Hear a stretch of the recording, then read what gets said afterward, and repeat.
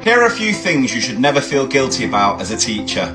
You shouldn't feel guilty for a bad lesson. A bad lesson doesn't make a bad teacher, and there is no such thing as an outstanding, perfect teacher. We all have the odd lesson that doesn't quite go to plan. But as long as we can learn from it and move forward, it's not the end of the world. You should never feel guilty for switching off in an evening or at a weekend. You cannot and should not be expected to work every single minute of every single day. Even though there are some teachers out there that do that, that doesn't necessarily make them better teachers. Having time for yourself to switch off, I guarantee, will make you a better teacher tomorrow. You should never feel guilty for saying no.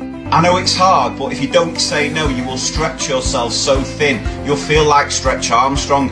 And trust me, I had one of them when I was a kid. And if you do stretch it far enough, it will eventually burst. And don't ever feel guilty for having a life outside of teaching. You are the best resource in the classroom.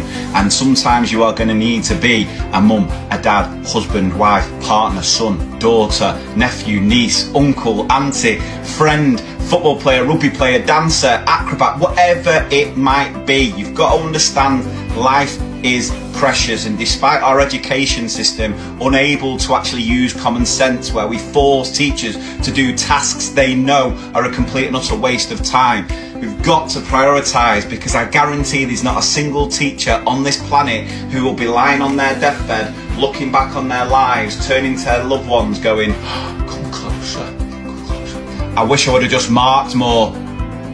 So please, don't feel guilty. As long as you're trying your best is good enough. There is no such thing as an outstanding teacher. Just strive for everyday excellence. Can I be my very, very best on that given day?